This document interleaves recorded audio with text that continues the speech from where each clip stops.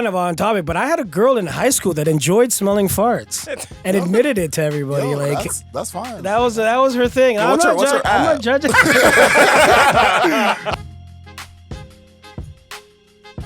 Capricorn. Wow, putting out her signs like that. We're not on air, right? No. Oh, we're rolling. It could be any Capricorn. You don't know that. It's like any Capricorn. So what's a Capricorn? Nathan would be the worst bitch ever, man. Don't tell me information. I don't want to know. It's a Capricorn. Like, are you It's a tapped nigga with the stars? it's corny nigga that caps a lot. All I'm saying, a person's birthday who's a Capricorn would be in That's like so stupid. it would be at the end of December and all of January, pretty much. But what does it mean? Like, why? What you said she's a No, Capricorn? that means her birthday would be in January. Or But like, what does that say about her as a person? Nah, because he was saying like, if I'm going to the party and he thought it was a birthday party, but she's like, yo, she's a Capricorn, so that don't make sense, right? Oh, okay. But he only making that connection now. I was so confused. I'm like, why did you bring that up? All right, guys, welcome back to another episode of the Dark Matter podcast. Another one. We have another great, illustrious, fantastic, beautiful, sexy, majestic guest. Keep going, man. I'm playing. Thank you, man. I'm happy to be here. Thanks for having me, guys. Yeah. Peep the man did a skincare routine just before he came in today, you know? I see that the man has a nice look of glow on him. Who, me? Yeah. I put a little lotion on today. You never know. I think we need lotion more in the winter, though, right? Mm-hmm. Yeah. We need lotion all the time. I didn't do it every day. I don't know. I didn't even say the guest's name yet. Oh, sorry, my name's Lotion. You gotta apply me every day. That sounds like a bad Jamaican nickname. Yo, Lotion. Lotion. That sounds like a pimp. Come here. Hey, what's up, baby? Always bringing the hair. My girl look a little dry. He's real smooth. You know? Real smooth. Jergens, get over here. Guys, our guests, like I said, amazing, buttery smooth, Shea buttery smooth, Gethiga, ladies and gentlemen. Thank G. you, man. Thanks Single mother lover. You know, I'm a stand-up comedian. I freestyle rap in my free time, and I with Nathan anytime I have a chance to. We all do. It's a full-time job over here. Fuck y'all. Man, how you doing, man? Man, things are great, man. I moved to Toronto like 6 months ago for this comedy shit, and it's popping, man. That's good, man. I'm just doing yucks. I just got signed to the corner, so Yeah, things booked and busy. things are Booked and good, busy. man. Yeah. Say word. Yeah, man. How long have you been doing comedy? It's kind of a weird thing because of COVID, right? Mhm. So I would say I was doing like open mics in my city. There wasn't that many. I would do like once a month, maybe if I was lucky, before COVID. Mhm. And then COVID made me realize I kind of missed it. So I was like, you know what? I'm gonna give it a full shot after COVID ends. So I gave it a year. I sold my business. I was in the car business. And I gave it a year, and within that year, I started almost like headlining kind of towards the end of the year, and I was like, okay, now it's starting to go a little bit, you know? The money wasn't coming. Like, this is, we don't do this for the money, bro. But it was starting to I was starting to see that I could, you know what I mean? People were recognizing, and the gigs that I was getting or whatever, you know? Growing up, before we get to that, but I've noticed, like, even with our last guest, but even other comedians I talked to, COVID was like a really big, like, pivotal point in a lot of people's wanting to start comedy, because it's almost like they always wanted to do it, and then that opportunity was taken away from them. And they're like, oh shit. Yeah. You know, I could have went pro. You know? Yeah. COVID was great for me, man. A lot of time to think, right? Mm-hmm. And I just had this loft in my town, and I was like throwing these parties, and I would like do little sets there and stuff like that. And people always told me I was funny, but at some point you got to put your money where your mouth is. You know what I mean? Yeah. And you know what I mean? I'm glad I did it, bro. And I did it late. You know, I did it late in life in my 30s or whatever. But better late than never. You know. Yeah. I have a life experiences. You know? Yeah. I think COVID was an interesting transition period for the comedy community, because like I wasn't a comedian, but I was in the community before it happened. And then like when the thing happened and you come out, half of the comics that were here are gone. Yeah. Right? And then you get a whole new wave of people who are like, yo, I don't want to get a job. And I was like, I don't know what to tell you, bro. You're gonna have to keep still have a job after you do this. Right? But were you working at Comedy Bar? Yeah. Before? Oh, okay. That's dope. So like there's a bunch of people that I knew I was like, I'd see all the time, and then like pandemic came and they're like, man, I'm just gonna work my actual job. Yeah. And they never came back. And you're like, And then some people locked in and was like, nah, this is what I'm gonna do. This is what I'm gonna do forever. Mhm. All right. Do you remember the moment, like, because I feel like we've all had this to a certain degree where everyone was like, "Man, you're funny, bro. You should be on stage," and you're like, Yeah. I'm funny here. I don't know if I'm funny on stage. I don't know if people are gonna pay me to be funny. Yeah, it's a gradual thing. It doesn't happen overnight, right? Like I've been funny since I was a little kid, but then you know how it is because you see niggas on TV and you're like, it's so far away. Like you see Chris Rock and you're like, you can't even put it together. Like how do I to get to Hollywood? You know. Yeah. And so I always grew up wanting to be like a script writer and writing movies, making movies with my friends and stuff. So I wanted to actually be a movie maker. Mm-hmm. And then I found this comedy and it's still in entertainment, but it's still writing and it's still very in the same vein. So it's been a blessing, bro. And I take it serious and like, and I know I love it because I talk about it like God. Like I talk about it like religion. Like I'm out here preaching it. Yo, try an open mic. You know what I mean? If you love it. I'm not out here trying to be a barrier. Like I'm trying to tell you like, if you really want to do it, do an open mic. I have an open mic. Like, come through, you know. I'm always trying to tell people. And I feel bad when I do that, though, because I feel like I'm lying to them about this lifestyle. I'm not lying. I don't tell them that you're going to be famous. I just say, try it. You know what I mean? I'm always, just if you think you're funny, go on stage. I'd love to do that, too. I did it on stage, man. I had some heckler, and I said, I gave him, I don't know who was there. Were any of you there that night? Was I was at SoCap. I was headlining SoCap, and my boy brought a guy. My boy is a super nice dude, but he brought like a coworker that he didn't know well, and he was kind of drunk. And he just kept heckling all show. And I was like, yo, bro, do you want 2 minutes? And he went up there and he bombed. And then I just knew what was going to happen. Yeah. It felt like there's you ever seen that episode of Fresh Prince? Where D.L. Hughley comes on. And Fresh Prince Will tries to be a comedian and realizes it's harder than it is. So I always have that in the back of my mind. Like, if you want to be a comedian, you can, like, let's do this. You know what I mean? Yeah, I tell everybody the thing about comedy is comedy can be done by anybody. Yeah. Right, but it's gonna take the amount of work it's gonna take for you to get good. It's gonna be different from person to person. Right? Some people pick it up and they're like, ah. Some people they've been out here crunching hours, crunching years, and they're not really funny yet. But like, you know, they working towards a goal, and I rate the tenacity. I think they should stop. But like, yeah, it's tough when somebody. I've been having these tough conversations when people are like, "Yo, you make a living," like. Yo, like this and that. I'm like, yeah, I do make a living doing it. And then they're like, they're almost projecting their insecurities on me. I don't even want to be around that kind of stuff. Or you'll meet an older comedian who's just like burnt out and like, yo, this is not what it's cracked up to be. I don't want to be around that either, bro. I'm in this, I'm like relatively new. I have a positive attitude and I don't need anybody contaminating that, you know? I do think it's important to listen to old comics, even the grizzled and disheveled ones. The bitter ones? Yeah. Because it's like you can hear if you really listen to them, you start to hear like what were the points, what were the turning points for them. And then you can keep that in mind for yourself. Because then you can see it come in and you be like, okay, this is not really what I want. Let me figure out a way to. That's actually a really good point. They say it's good to watch bad comedy. To see like why is it not doesn't work. You know what I mean? I don't want to watch too much of it. I have trouble watching good comedy these days. I just consume so much comedy in my life. Like even if I sit through like a 2-hour show that's good, it's still hard. Like I'm in around comedy every day. What do you think is that mind? Because I'm on the same thing. I'm just like watching whether it's good comedy or bad comedy. I'm like, I would have tightened up that joke a little better. I would have done this a little bit better. Are you like the same way or like? I'm not necessarily like trying to critique because everybody has a different style and a different voice and stuff like that. I'm more looking at like almost stealing, like not stealing jokes. No. Stealing energies. I'm a thief. No. Yeah. Like stealing energies. Like, yo, why did this person came up with this callback right away? Why did that work?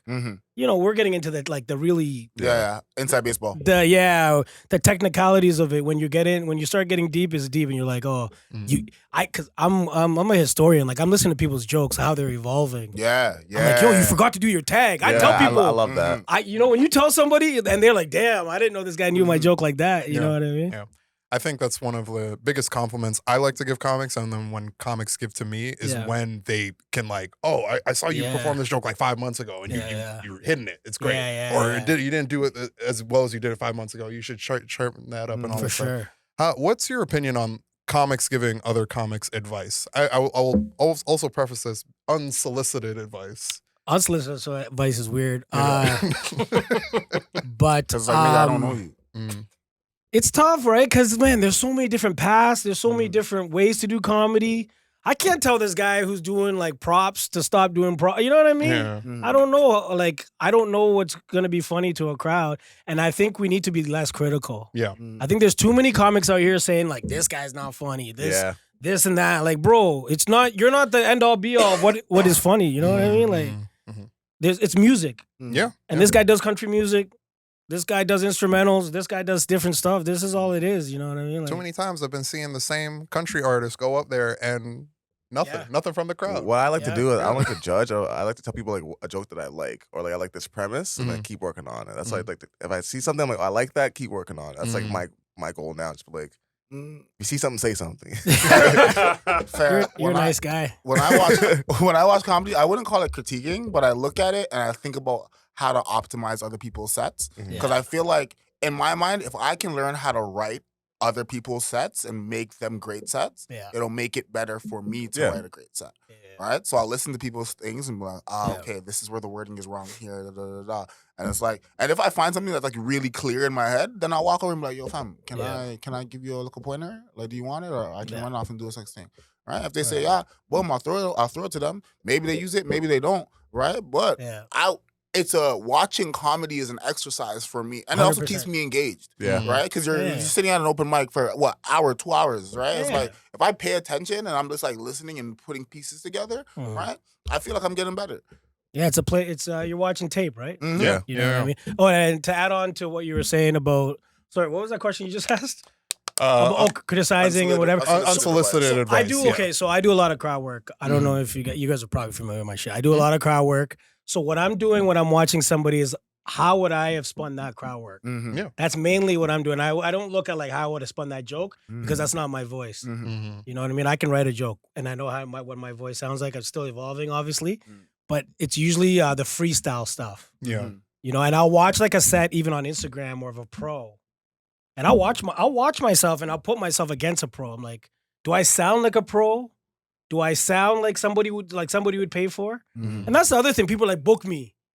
Would somebody pay $5 to see you, $10 to see you, $50? You got to know you know what I mean? Are you worth it? Because I have buddies that are funnier than you. Or I have buddies that can tell us a better story than you. So you better be able to tell a joke and you better be worth $11 or whatever if you want to be a professional comedian. Oh, for sure. I have a You know? Oh, Yeah, sorry. go ahead. Yeah, good. I have a question. What's the difference between the advice you get from black comics and white comics? Honestly, I listen to comics I respect. And I'm going to give shout out right now. Patrick K. Patrick K told me straight up, G, you got to get your 45 and travel with that 45. And whether you're saying it over, doing it over and over, it's okay because you're going to different regions, right? And he was right about that, bro. Get yourself a 45 so you can, when, like I did Yuck Yucks and Mark Breslin, the first question he asked me, how much time do you have? And I was able to say confidently 45 because I had been on my tour. I had been doing 45. So that's the advice I take. And I think, you know, some people are like, yo, I don't want no advice. I don't even watch comedy. That's kind of weird to me. Like, how you don't watch, you're a comedian and you don't watch other comedians. Like, I don't You're know. like, yo, I'm an artist, bro. I just don't look at art. I'm like, so you have no point of reference. Yeah. And especially, I'm like, yo, you need to watch professionals, maybe copy their style. Because that's why they're professionals, not ever copy jokes. But you need to copy their energies. No, for sure. You I know? think just to play devil's advocate for a second, I've said this to I think you guys. I know I've said it to Colin, but I don't even necessarily like watching us do comedy. Yeah. Because I feel like a lot of what we do is like shared life experience. You know, we're all around a similar age. We've all, you know, we've dated, we've gone here, we did this, we went to club, blah blah blah. So it's like sometimes I'll be watching Justin and he'll say something. I'm like, damn, I had the same experience. And now I feel like I'm stealing that joke. You know, so it's like I like going in with plausible deniability. I want to be able to say the joke like it's the first time I've heard it and you've heard it. You know, if I have it in the back of my mind, being like, Justin had that joke and it was way better. I'm not delivering it with the same like veracity. At the same time, the crowd appreciates that familiarity, right? That's what they're like. He had the shared experience, but he described it better than I would have. Yeah. You know what I mean? That's what our job I just is don't for. I don't like hearing them say a version of that. I definitely understand that for sure. So how do you counteract that?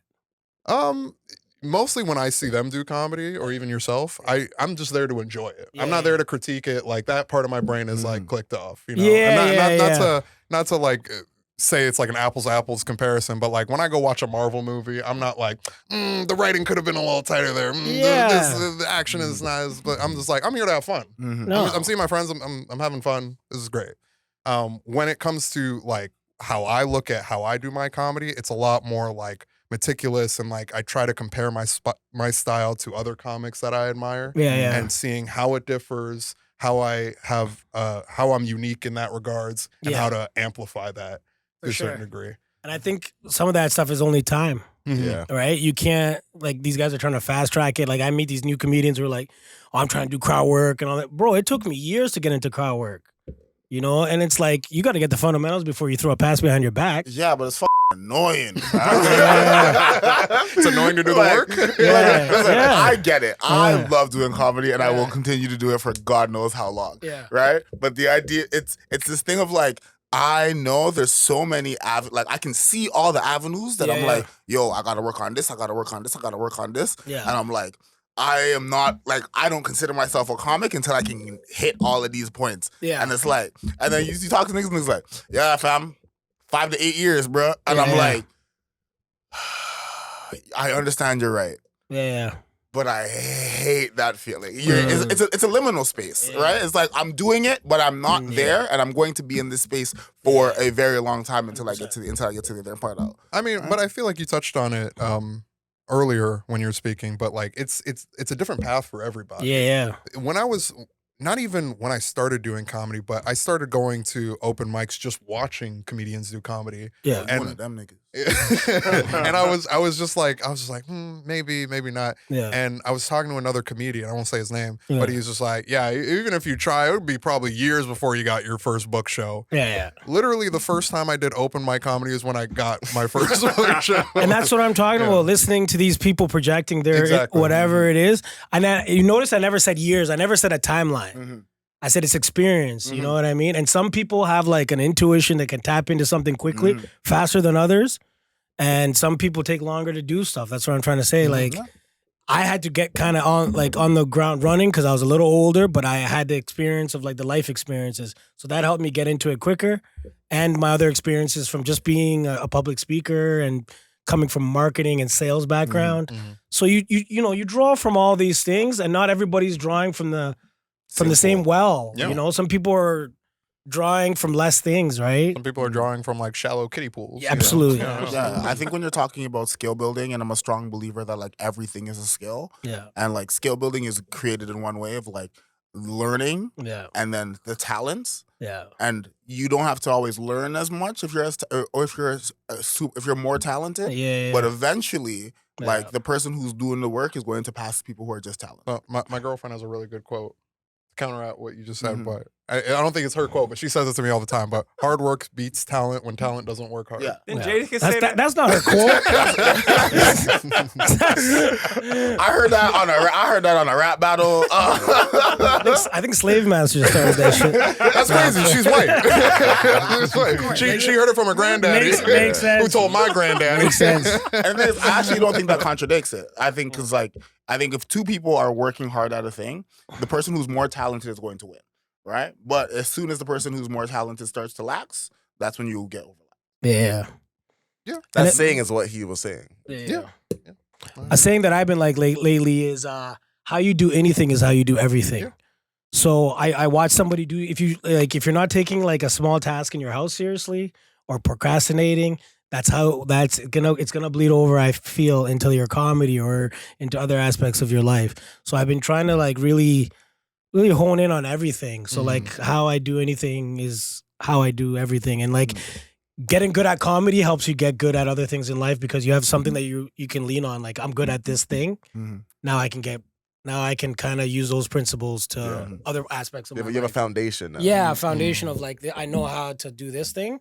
I can probably do this other thing. You know, my only qualm with that phrase is that I think our veracity to do something is based very much on how much we care about it. For sure. Right? Like, I can leave my house every day to go do comedy, right? But the moment you're like, yo, fam, I need you to go take out these dishes. I'm like, man, I don't give a fuck about these dishes. Like, Yeah. right? But I understand that like when you can find the value and Yeah. like the worth in something, Yeah. or now, not now, but like generally when you talk to me, my house is clean because Yeah. I'm just like, yo, I never know what's gonna happen. Yeah. I like to keep my crib clean. It keeps my mind clean. Yeah. Anytime somebody shows up at my house, I know the house is clean. You know what I mean, right? So it's just, and it's finding the importance in an action, which makes it easier to do. And it's knowing yourself, right? So like I got into it super late, and my mom here because you know usually people get into comedy and then like they're like, oh my god, you don't do this. My mom was happy, bro. My life was going that bad. Bro, my mom was like, oh, I was in the trenches. My mom was like, you found something you're passionate about? She seen me leaving the house every day doing mics and stuff. She's like, oh, good. And she like let me move back home, no rent free for that year. My mom's never been to a show, but she's my biggest supporter. You know, one of those? And so it was one of those, just saw something that, you know, I was really passionate about. And then you focus in, and then you're like, okay, I'm really good at this thing. Let me try to improve other things in my life, right? Yeah. All right. Especially, let me try to improve other things in my life so I can do this thing better. Absolutely, right? That's a good point. Yeah, it's legitimately like, oh yeah, like I'm looking for a job because I just need a job so I can do comedy. Exactly. yeah. And like I'll be on the subway and you just see people, you see sadness in their eyes because they don't have that thing, you know? And like, so I'll tell everybody about this thing that I love, bro. Yeah. And like, please do a mic if you might like it. I don't know. And I think that's why comedians are attractive. Yeah. Right? Because like so many people don't have something that they're passionate about, and they will latch on to you because you have a passion. Yeah. Right? Yeah. So, Do you find that you're noticing otother people's passions now because you have one? yeah. Like you'll see somebody at a job doing it well and you're like, oh, that person like loves their job. Yeah. Because now you can see it, you recognize it because you have it now, right? And I get annoyed when I talk to people who don't have a passion. Yeah. Right? Exactly. Oh, you can tell when they don't have a passion too. When Like, I'm just talking, I'm like, oh yeah, so like, what do you do? And they start telling me about their job, and I'm like, nigga, that's not what I'm talking about. I think that's when you have to have empathy because they're still searching for some. We took a while to find. I took a while to find it, and like I want you to find your passion. You know what I mean? And have empathy for people. And life is hard, bro. It takes you on Very ups much and so. downs. You know. Very much so. Life is difficult, and it's actually designed to be difficult because it forces you to not make change in the system. Yeah. And this pressure is privilege, bro.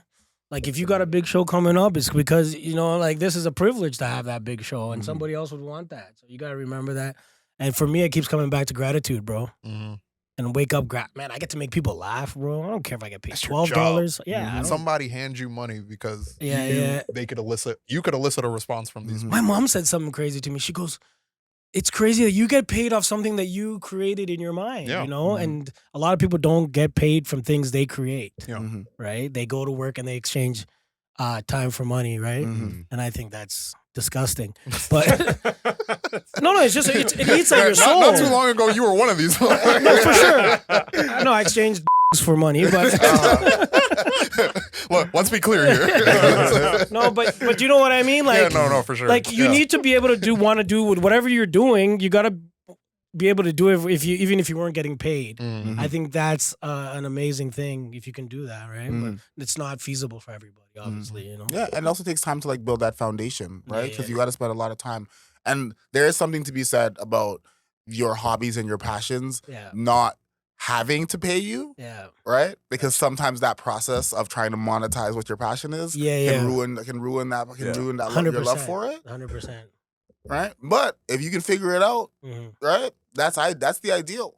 There's that balance, so you got to be a businessman. Like you have a monthly show, Colors. Shout out to Colors. I did it. I did it early on. I had them down. I had a little club in London. Like when there was no Yuck Yucks, I just started my own club, and that's the age helped me with that kind of stuff, right? Like maybe a 22-year-old doesn't have the confidence to just go 1 year in the games, just open a club and start producing shows. But I had sold cars and I had my own business, and so I was able to like start a club when there was nothing. And so that's the other side of comedy, or your passion is monetizing, putting on the business hat and the creative hat at the same time. Yeah, right. People don't realize that. it's so, but the thing you're is, a it's so businessman. difficult. Yeah, it is. So, especially when you're young, like you have to be Yeah. a business. Like those two aspects are like just opposing. They don't coincide at all. Yeah, but it goes back to how you do anything is how you do everything. So you start being good at comedy, and then you're like, well, I know how to I know what good comedy is and what a good show is. I could put that together at least. True. And so what I say is keep it in the vein of your hobby. So everything I do is comedy related. So I have a production company. I do graphic design. Mhm. That's all comedy related. And then I produce shows and then I do comedy, right? So everything is in that vein at least. Okay, yeah. So I don't have all these things taken away from me. You know what I mean? Mm. And none of that dulls your love for comedy. Like, would you say it only amplifies it? It actually only amplifies Yeah. it, man. I have actually come to like love producing shows. And like I'll be on a show and I'll still be producing it. Like, hey man, do you need help? Move that light, man. That doesn't you know what I mean? The thing about Yeah. producing a show is like you love giving people a good time. Exactly. Right? Yeah. Like you love orchestrating and making sure that everybody's like Yeah. that you come out, everybody's like smiling and happy. I'm like, yeah, I Yeah. did that. I'm fired. Like, you know, that's a good energy right there. And then also like I remember I started putting on a show because I just wanted to do more comedy. Yeah. Right? It was entirely selfish. Absolutely. Which is on brand. Right?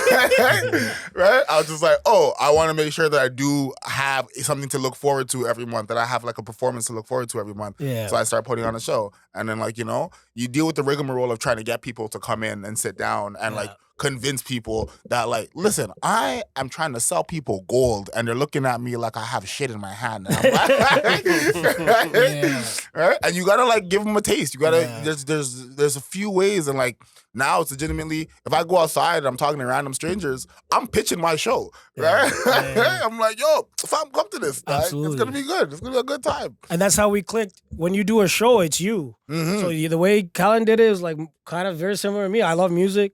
He has musical guests after his show. I used to have a DJ after my show. So then that's when you produce a show, it's your show. And like you have so much like leeway to do whatever the hell you want to do, put your comics you want to put on, Yeah. you know? And And so, that's sort of like what birthed this podcast, essentially. You Yeah, know, because yeah. I was just seeing a lot of podcasts in general. Like every comedian has a podcast. You can throw a Yeah. stone and hit a comedian with a podcast. yeah. But even Toronto comedians Yeah. have podcasts. Yeah. Not a whole lot of Black Toronto comedians have a podcast. There's No, a not couple really. out there, but Yeah. not you know, per capita. You know. Yeah. So I was like, yeah. So he called up. I called up the dark matter. All right? I brought the darkness in here. I brought the darkness in here and had 3 white guests. back to back. Seems like a lot of podcasts are like the younger ones are games or so, like it's mostly dating like which is cool, you know what I mean? But like there's no real podcast getting into like the minutia of comedy of like Yeah. the weeds of it, you know what I mean? And so that's what I was thinking about. Obviously be very niche because like Yeah. Well, but That you'd be works in your surprised. favor. But you'd be surprised of how many regular people are very like the questions I get are really good from Mhm. regular people. How do you write a joke? How do you come up with a tag? Blah blah blah. I feel like regular people have you asking like dumb questions, They mostly do. because they don't have a point of reference. Yeah. Right? So it's the same like if me asking a race car driver about driving race cars. Yeah. Right? I know the bare basics. So I can't ask you a real specific question Yeah. of being like, yo, how do you visualize the turn and like actually Yeah. like put that into How you make the motion? car go vroom vroom. But if you were an F1 fan, you'd know a little bit more. Exactly. And so when a comedy fan asks me a question, you Yeah. can tell they're a fan of comedy, Yeah. you know, because they ask like a specific question. That's why I feel like a lot of people are they're fans of comedy, but they don't do it. Yeah. And they can't understand like what's going on. So when they ask you like a really good question, it's like they're around it, Yeah. but they can't put into words what it is. Yeah. Yeah, I think there's something about listening to people when they talk to you to find the question that they're actually asking. Yeah. Right? Because sometimes it's like, oh, yo, how do you write a joke? And that's not really the question they're asking. The question is actually they're asking is like, how do you take an idea and move it from one step into the next? Yeah. Yeah. Right? Which is a much better question. Yeah. All right. But they didn't know how to say it in that way. The question I've been getting a lot is like it's pretty basic, but like, do you get nervous? Mm. And that's kind of a weird question because it's like, yeah, get nervous, but for a different reason for me. Mm-hmm. It's nervous because I want to do well, not because I know how to tell jokes, bro. If I don't get on stage for 2-3 days, I'm itching to get back on stage. So it's more nerves of like, yo, I want to do well for this crowd and this and that. And then like nerves is good. It means you care. Yeah. And then you channel that nerves into like passion, right? Mm-hmm. So that's the big question I get a lot. Like, are you nervous? It's like, you're so brave. Like, nah, we're not brave. We're not brave. talking man. about? We're Yeah. not You're going to the brave. war? Like, what the you doing? Like, I'm like, you've given up your dreams and for a 9 to 5. That's brave. It's like, you're gonna be 45 and unhappy. Like I don't know if that, You stop selling for this.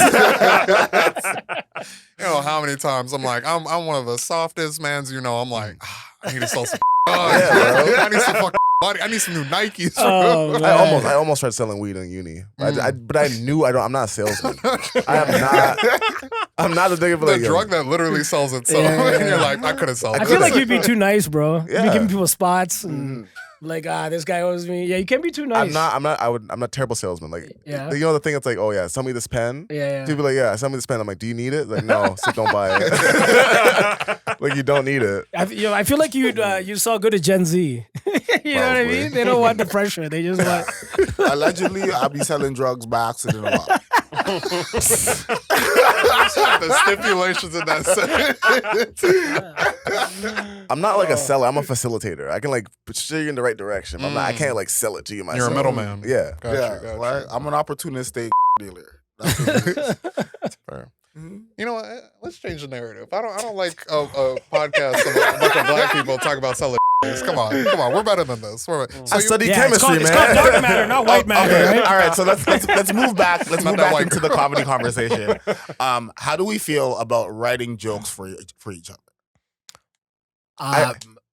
My thing with this, I'm okay with it, but I do have like a rapper mindset to comedy where it's I want to be myself. I want to have all this creative influence, but like I feel as though writing for other people helps you become a better writer yourself. So in turn, I'm okay with it. I want to be able to write for. So other you'd write people. for somebody, but which you wouldn't necessarily use things that people wrote for you. It depends. I won't use a whole idea. I might use like a line, but I like to have the idea come from me. Uh-huh. I think you have to know that person intimately. Not in that way, but like. we all knew where you were Okay, coming all right. from, You gave me bro. that look like. I was But I'm just saying, agreeing. I Like don't how intimate? Like share fries?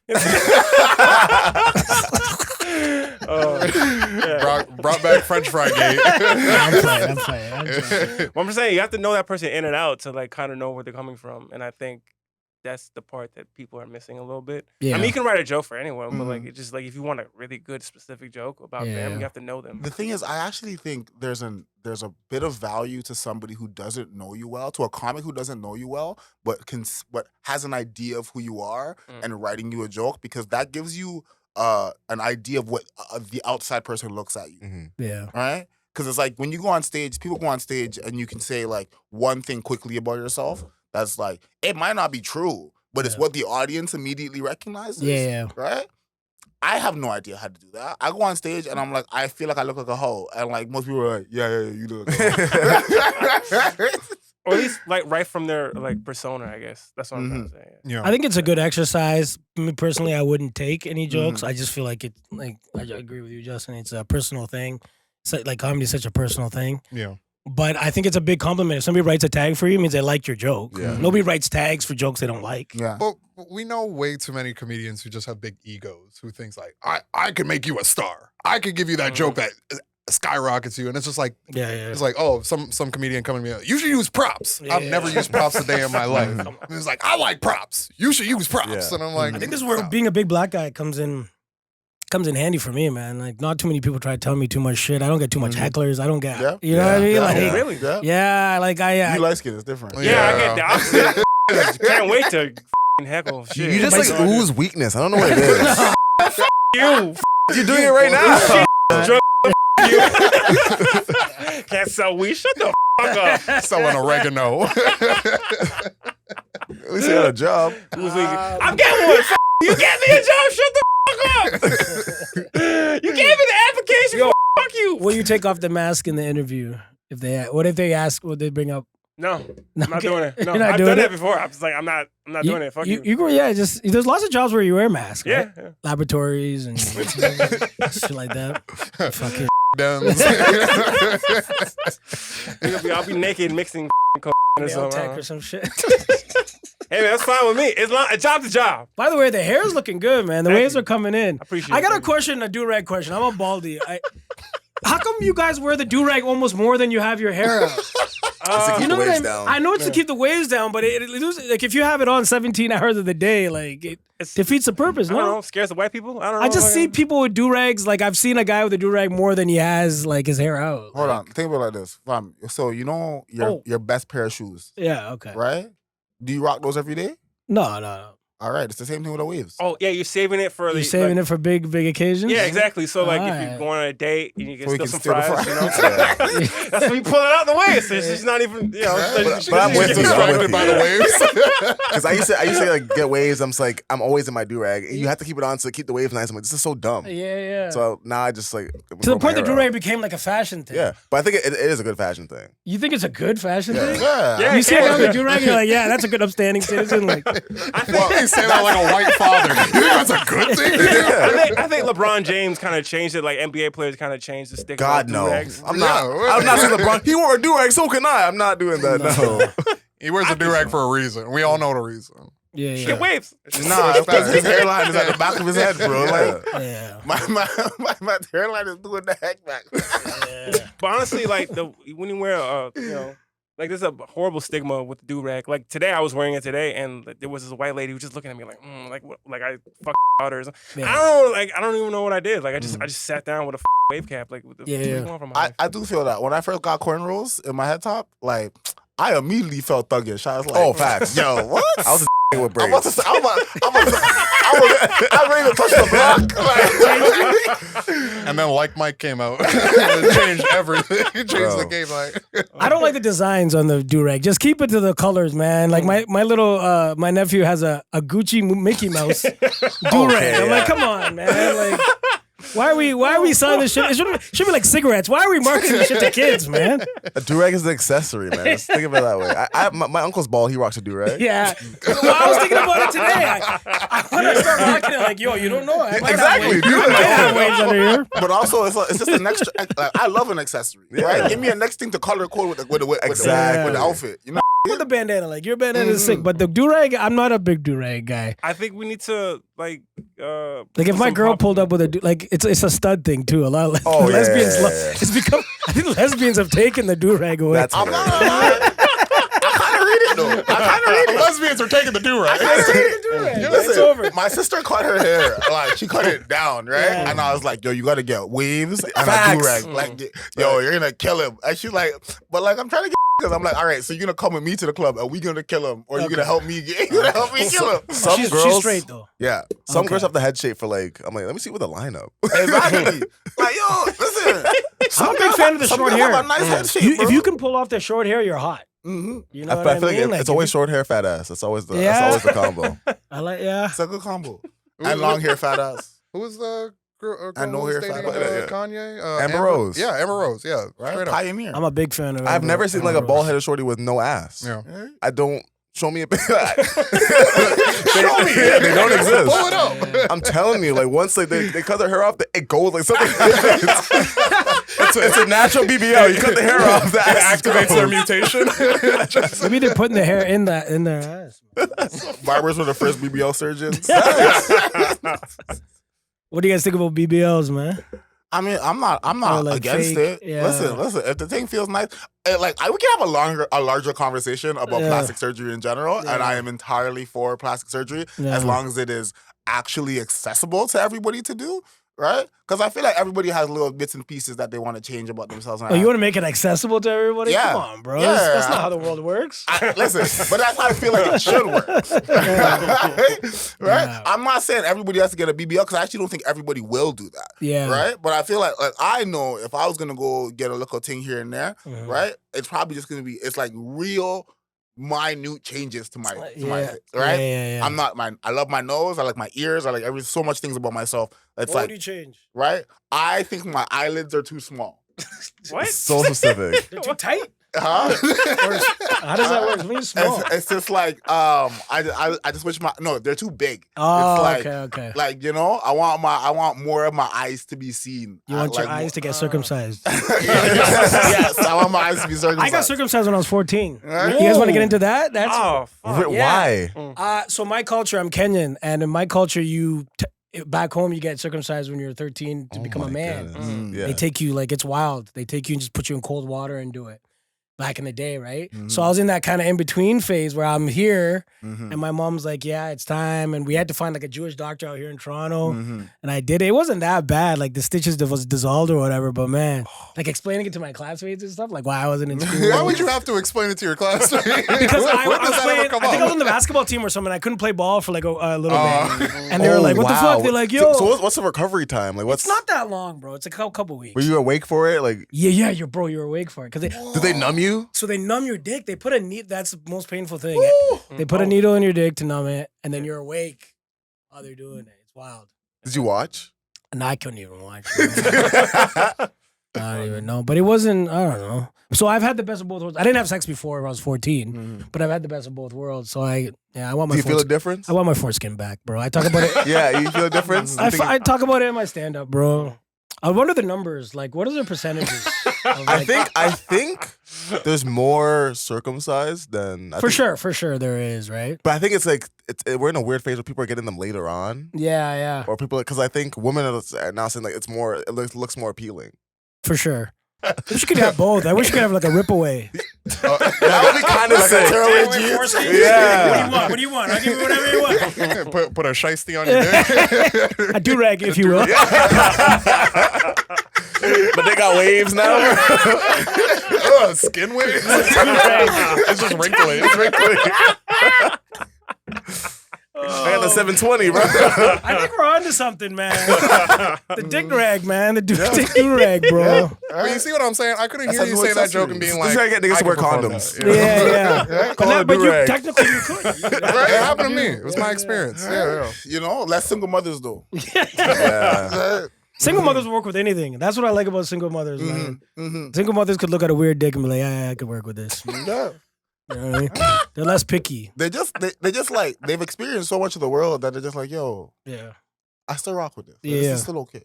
And for context, why he brought up single mothers, that's a big part of my shtick. This is that your I camera, do. by the way. Oh, that's a camera over there? You've been Oh, looking sorry. over here. Hey, you look like a single mother. Nah, You go me shit. I'll give you some nuggets and some fries, though, bro. Don't tell me what a good time. Nah. Give me So some my sour stick was, sauce. I started out like, I don't know, early on in my career, I just this single mother stripper thing, and like, I was scared to get pigeonholed of it, right? And then I was like, fuck it, I'm just gonna lean into it. And my tour was called Pumpkin Spice Latte. I talked about white girls and single mothers, and it did really well. Like white girls would come up to me after the show, like, you didn't roast us enough. Like I was, whoa, I'm not.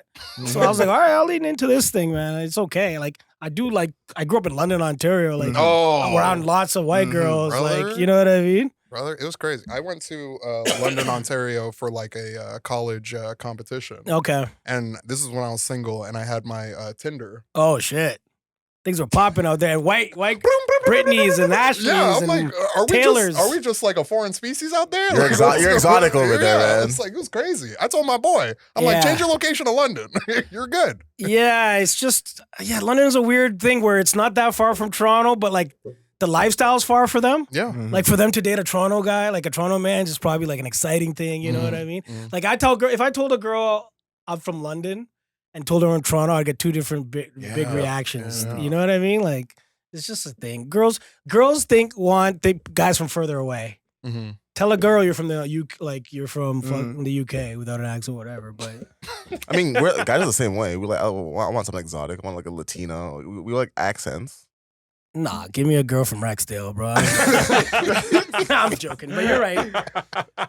Yeah. It's the same thing. Like, It is a flex though. Like your boy has a good-looking girl, but you bring a girl from like a foreign. yeah, from foreign. Place, you're like, You oh, bring a foreign. foreign with an accent. Your friends are like, okay. Like Scottsdale, Arizona. Foreign. Yo, man, some of these American girls, the accents are wild. Like, have you my met a God. girl from Atlanta? Like, you can almost not understand them, bro. Oh no, Like, Baltimore. yeah. It's the craziest. The regional accent. accents are wild. Baltimore accent scares me. I be talking like It's I feel like I'm getting robbed while we having a conversation. Like, I feel that way about New York girls. Yeah? Like, really like, they're aggressive. they're a little aggressive. but I like I like that. Yeah. Yeah. And I think they But like you rocking Canadian. my shit dead ass. You know?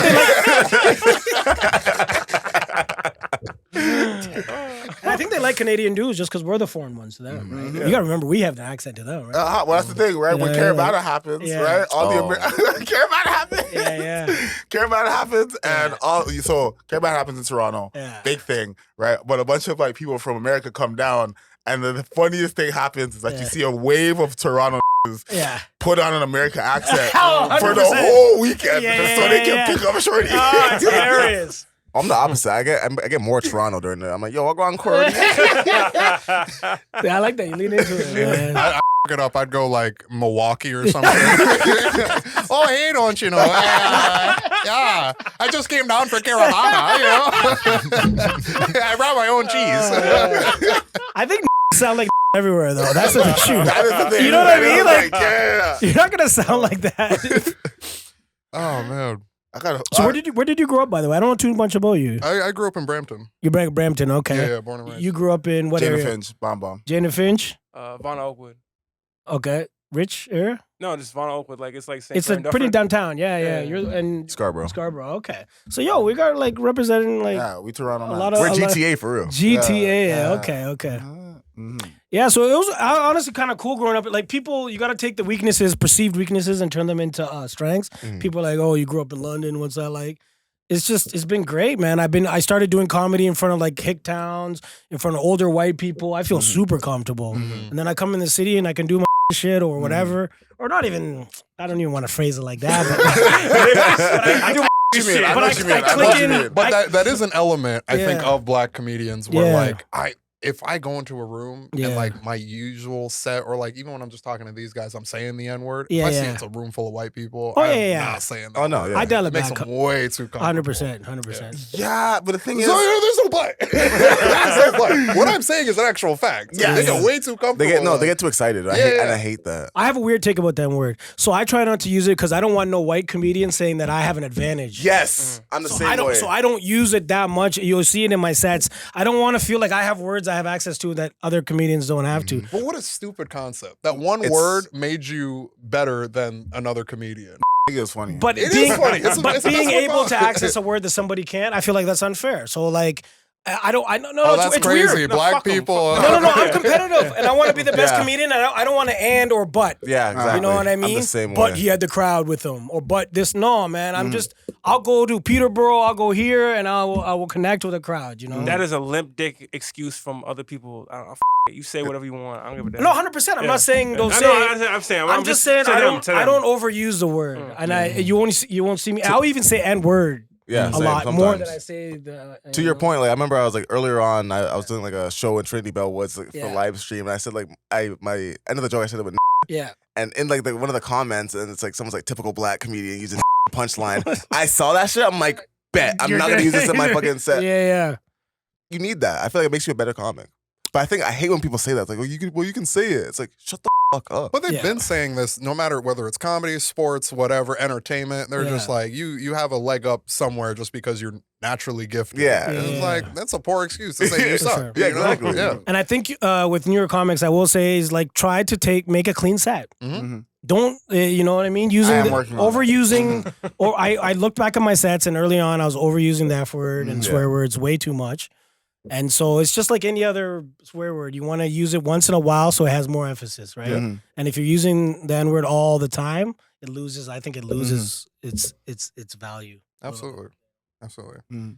Anyways, that's a great transition to our dark topic of the episode. I don't know if you've seen the show, G. You know, you're such I haven't made it this far. you're bro. such a busy man. If you could pick two cards out of this box, we're Let's doing do a would you rather kind of question. Okay. So Yeah. what I read them out? You read both cards out, and then Okay. you pick, and we go around. We'll all say which one we rather do. So one at a time. Yeah. Okay. Would you rather stare and salivate uncontrollably every time you smell a fart, or have a corkscrew twisted into your belly button? Fart. Oh, So it's only one time. You yeah. have The corkscrew? The corkscrew, I think, Yeah. right? Oh, Or every time you smell a fart, you stare and salivate. That's not. that's not that bad. It's not that bad. I mean, but like I need my attention, right? Imagine trying to do a set and like you Yeah. keep getting interrupted because somebody ate beans that day. Yeah. That That's could be hilarious. funny. Yeah. That's That could be hilarious. low-key funny. But how many times do you really smell a fart Really in the and course truly. of a year? Like, think Yeah. about it, If you're right? smelling another person's fart, you have to be in close proximity. To them. Yeah, But yeah. could it be your own fart? Yeah, that's different too because you smell your own farts a lot. That's a good question. Sometimes you like this. I just like to smell my farts. I Sometimes be crop dusting, so I don't know. This is kind of on topic, but I had a girl in high school that enjoyed smelling farts and admitted it to everybody. Yo, like that's fine. that was her thing. Yo, I'm what's not her I'm not judging. She likes black guys too. Believe me. Yeah. I was like mildly okay with it Yeah, until but you said that you shit. don't like the black I was like, nah. I like smelling black guy farts. I don't know what it is. She loved farts. So which one is it, man? Let's go around the table. Then. I'd be a fart smeller, man. Yeah, and just salivate and stare. Same. Fart, yeah. I'd be the fart. Yeah. I don't know. The corkscrew just sounds like That sounds ridiculous. it Give me a doesn't belly sound- button? Yeah. Yeah. And like you gotta no. Yeah. Fuck. Well, I'm taking the corkscrew. For real, you just don't want to Yeah. stare and salivate every time. I like controlling myself way too much. Yeah. For that to be a thing. Fair. Yeah, that's a tough one. Which one are you picking? I think I'll do the stare and salivate, right? Because it's not Yeah. even that bad, right? Yeah. So what's the corkscrew though? Like, The what is it? corkscrew is like it's one time a man's gonna corkscrew your belly and like listen if I make a dominatrix corkscrew my belly then I'm just into it like it's Depends like, how deep. It depends how deep too, bro. right, hey I'll find out when's too deep when I get there. You know what I mean? Like, All right, we have time for one more. One more, two. Yeah, Oh two, yeah. two, That two. Yeah. is this. What is it called? Pick Your your poison. poison. Pick your Okay, poison. it's just like a black. What's the other one that's really popular? Cards Against Humanity? Cards Against Humanity. Yeah. Die while being burned at the stake after living a full life, Jesus. or facts. fall in love immediately with every person you see naked. I already do the first Yeah, one. exactly. Alright. Yeah, I already. Yeah. Yo. Yeah, Hey, What's a full life? What are we saying is a full fair? life? Yeah. What is a full Yeah, life? yeah. What is a full a life? full life is no regrets. So Yeah, you you, experience everything you so you wanted. did. I have no regrets right now. Yeah. As I could be burned. No, not Tomorrow? I'm saying Nah, like I think you experience your dreams too, like everything you had. Like I assume we're getting to like past retirement age. Yeah. Full life. Okay. Right.